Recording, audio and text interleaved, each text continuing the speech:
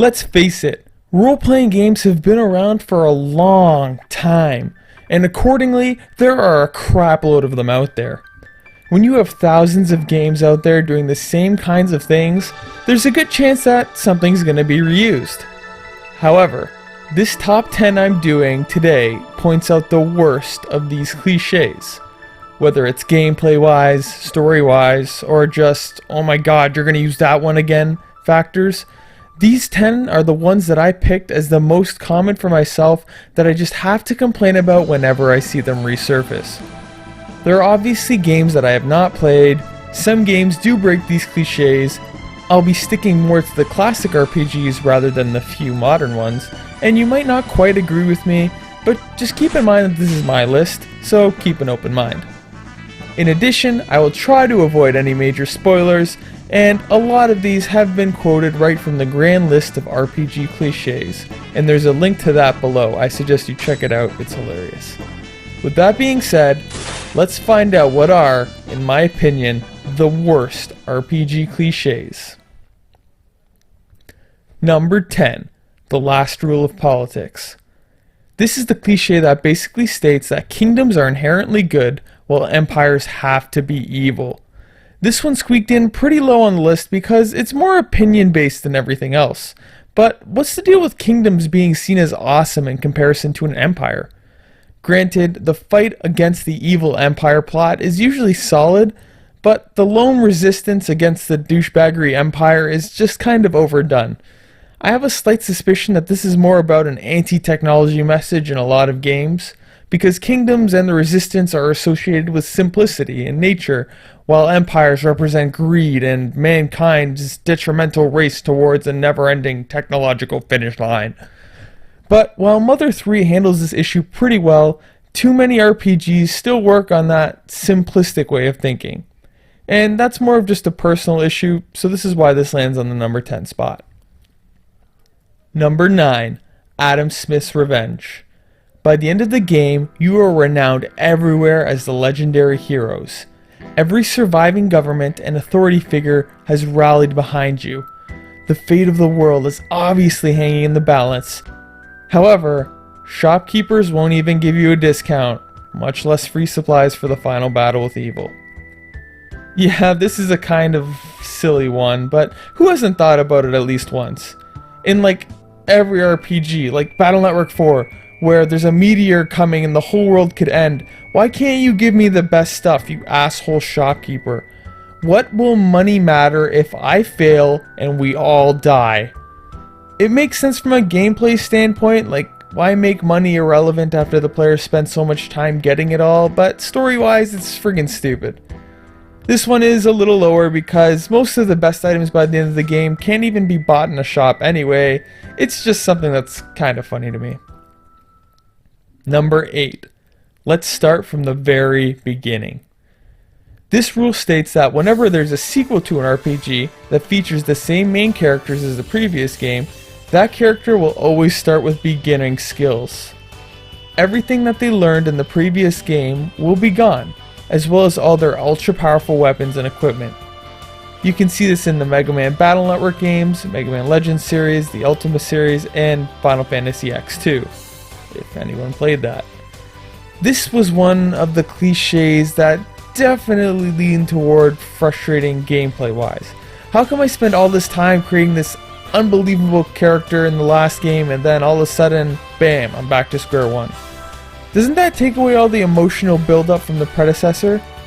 As I mentioned, Mega Man Legends 2 actually addresses why that happened, but in other series, like the Ultima series, Spoonie points out how your character becomes a god, but in the next game nobody really gives two shits. And that just feels like the developers directly slapping the earlier games. It almost becomes comical in the Mega Man Battle Network series where you save the world like 6 times, but Mega Man always starts a new game basically weaker than regular viruses.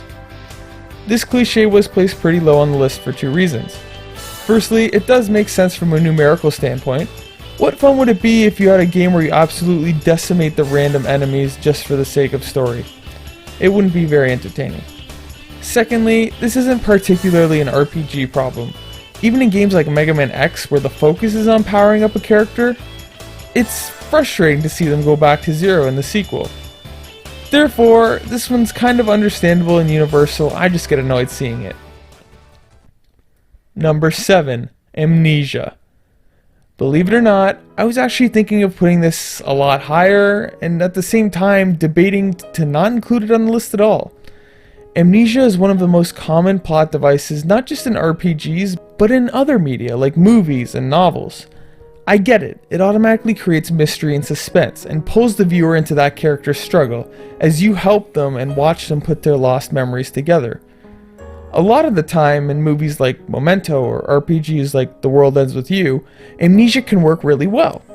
However, it ended up on this list because I think it gets just downright abused overall, to the point where I see it as a lazy way to create mystery and suspense, and you see it too much in RPGs where that one character pops up and they don't know where they came from or anything. Amnesia is there, so there has to be some kind of payoff later. I mean, why would they introduce a character with amnesia and not have them get their memories back? John, have you found what you've forgotten? We need you at full mental strength in order to gather the 7 crystals and defeat Azamal. Well, I got my memory back. Great! Who are you then? Well, my real name is Jonathan Gray. I've suffered a concussion that knocked out my memory, and I have to get back to working at McDonald's to pay for my kids' college funds. So, see ya! Farewell, brave warrior! May your french fries rival those in the highest heavens! But yeah, the point is, Amnesia can be considered an interesting plot device, but it's overused to the point where I feel writers just throw it in to create the post-reveal drama. It isn't very high because this plot device hampers many other genres, like visual novels especially, and because I guess it could be considered a good cliche depending on the skills of the writer. Number 6. The obligatory love interest. Every single RPG, okay, not every single RPG, but at least 90% of the RPGs you play features a main character that has to fall in love with usually another party member. There always has to be a love story in every RPG, honestly, everything. And it's okay, like some games build around it, like Final Fantasy VIII, at least they focus on the love story. The game's about that love story. It's not the greatest love story, but it's about that love story. And games like Wild Arms 2, they pay attention to the love story too. But there's other games where it's kind of like crunched in, like even Chrono Trigger, even my favorite game of all time, the whole relationship between Chrono and, is it pronounced Marl or Marley? I say Marley, but their relationship, I don't really get it. It feels like it's there to be there. And that goes for a lot of RPGs. It's just like, oh, I'm the male lead, you're the female lead, let's hook up by the end of the story. Yeah, this one's not too high because a lot of RPGs do really put effort into this love story, like the Lunar series. Lunar 1 and 2 both put a lot of effort into the love story, and it's nice, it's cute. But a lot of games, it's just absolutely thrown in just for the sake of it. And you see it way too much. Like honestly, 90% of RPGs there has to be a love story, and a lot of the time, or not even a love story, I guess that's too much, like a love plot or two characters have to be together because they're important, and because they're teenagers, and because why the fuck not. So just for that, I put this on the list. Number 5. The law of NPC relativity. Characters can accomplish superhuman physical feats, defeat enemies with one hand tied behind their back, and use incredible abilities. Until they join your party and you can control them. Then their wonderful powers all vanish along with most of their hit points. I don't quite understand this one. In most RPGs, you fight against a character as an enemy before they join you on your team. And it usually takes like 4 or 5 of your strongest teammates to take this one person down. However, once they join your team, their apparently awesome strength becomes nothing special. Again, I can see why this is done. If they kept the character's strength consistent, that character would just get decimated by your team, and it wouldn't be much fun gameplay-wise. Number 4. Mommy, why didn't they just use a Phoenix down on Eris? Don't expect battle mechanics to carry over into the real world. This one is kind of a tough nut to crack. Keep in mind that every RPG series has its own rules with its own laws about how magic works in the world, but too many of them do an awful job of keeping it consistent. Final Fantasy comes up a lot with this. Obviously, Eris or any other character's death, and Final Fantasy VIII shows characters using magic outside of battle to try and heal, but in story-dictated no magic areas, you can still use magic. But Final Fantasy IX does break that, with one area being dictated a no magic zone where you can't use magic. But there's other issues like how Sephiroth's attack basically takes out worlds, but you can somehow survive that. I guess the point I'm trying to address is the discrepancy between gameplay and the story world, and how inconsistencies between the two can be kind of logically frustrating. You really want to immerse yourself into these universes, but then your logical side comes out.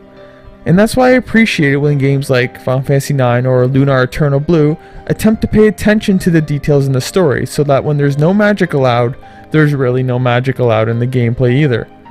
Admittedly, these are friggin' video games, so I shouldn't be analyzing them this closely, but when a game expects the audience to believe in this new and innovative world they took so long to create, it's only fair that I give back the exact same dedication. Number 3. The Logan's Run Rule. RPG characters are young. Very young. The average age seems to be 15, unless the character is a decorated and battle-hardened soldier, in which case he may even be as old as 18. Often, teenagers have skills with weapons and multiple magics, and never ever worry about their parents telling them to come home from adventuring before bedtime. This one has to be one of my biggest pet peeves. I know these games are trying to market themselves to a certain audience, but they really go too far and break logic sometimes. For example, in Radiant Historia for the DS, the main character looks and acts like he's in his 20s or 30s, and then you find out he's 19 years old. Whether it's Chrono Trigger, Golden Sun, or even Earthbound, you just have to think that there's somebody out there more qualified to save the world rather than children. Again, these are games, and I understand the marketing behind it. Just logically, I don't get it. I really don't. Number 2. The fake ending. There will be a sequence which pretends to be the end of the game, but obviously isn't. If for no other reason, then you're still on disc 1 of 4. This happens all the time, and it's extremely self-explanatory. Yeah, we definitely defeated the final boss only 4 hours in. I hope he doesn't have some advisor waiting to take his place, or that he's not really dead or something. It's like the misunderstanding cliche that has to happen in every romantic comedy that just feels like it's wasting time, and it happens way too often. I know what's gonna happen. I know it's a fake out. Stop wasting my time. I think that I've fallen for a false ending like once in an RPG. Like, you can just tell the fight was too easy, or the story obviously isn't done. It's just annoying. Even with like the multiple forms of a boss, you know that pretty much in every RPG that boss is gonna have at least 2 to 3 forms. We're not gonna fall for the fake out, guys. Before we get to what I call the worst RPG cliche, let's do a few honorable mentions. The first honorable mention is the "you were the bad guy" cliche, where it will eventually turn out that, for a minimum of the first 60% of the game, you were actually being manipulated by the forces of evil into doing their sinister bidding for them. In extreme cases, this may go as high as 90%. The clear implication is that it would have been better to not get involved in the first place. This one didn't make it because it can actually be pretty good when implemented into the themes of the story, but sometimes it just felt tossed in. The other honorable mention is the female playable characters have to be the healers. You see this in pretty much every RPG like Final Fantasy VII and IX, and it could definitely be viewed as kind of sexist. That and the fact that I can't think of very many female protagonists in this genre, aside from Aya from Parasite Eve, and the protagonist of Valkyrie Profile. I don't even remember her name. That's how interesting of a protagonist she was to me. However, I decided not to include it because a lot of RPGs definitely break this mold, like Ayla from Chrono Trigger, Chie from Persona 4, and Paula from Earthbound. RPGs definitely let you know that girls can kick some ass too, and I appreciate that. So now, without further ado, let's get on to the worst RPG cliche. Number 1. Well, that about wraps it up for God. All major deities, assuming that they actually exist and weren't made up by the church in order to delude its followers, are in reality malevolent and will have to be destroyed. I also count this cliche as any final boss who's like angelic or god-based. Seriously, RPGs, particularly JRPGs, have a gripe with any kinds of gods or the church. Whether it's Lunar 2 or Chrono Trigger, featuring corrupt churches, sometimes bad whorish priests, Sephiroth or Kefka want to become gods, Tales of Symphonia where you beat the shit out of angels, or Parasite Eve where the final boss becomes angelic for no reason. Yeah, it's mostly final bosses because whenever you hear that organ or harpsichord, you're at the end and usually beating a god or an angel, insinuating some anti-religious stuff. Hell, games like Luminous Arc and Grandia 2 have these paper-thin elements of the plot that revolve entirely around these concepts. I'm a Catholic, and it's not that I'm offended, trust me. It's hard to offend me with an RPG at all, unless it offends my intelligence. But what's with this overwhelming hate for gods and angels? Again, it's mostly in JRPGs, but it's so much. It's in so many RPGs. The point is that too many friggin' RPGs have these cliches, and every time I see a church in an RPG, I'm pretty sure I know exactly what's gonna go down, and it's really predictable and thus boring. The same goes for when they have a harpsichord playing over the final boss. Be more creative about it, please. And for my money, this is the worst RPG cliche in the book because it's the most predictable, the least created, and it saturates just so many of the RPGs that I've played. Anyway, thanks for listening, thank you for watching, and feel free to discuss your most hated RPG cliches below.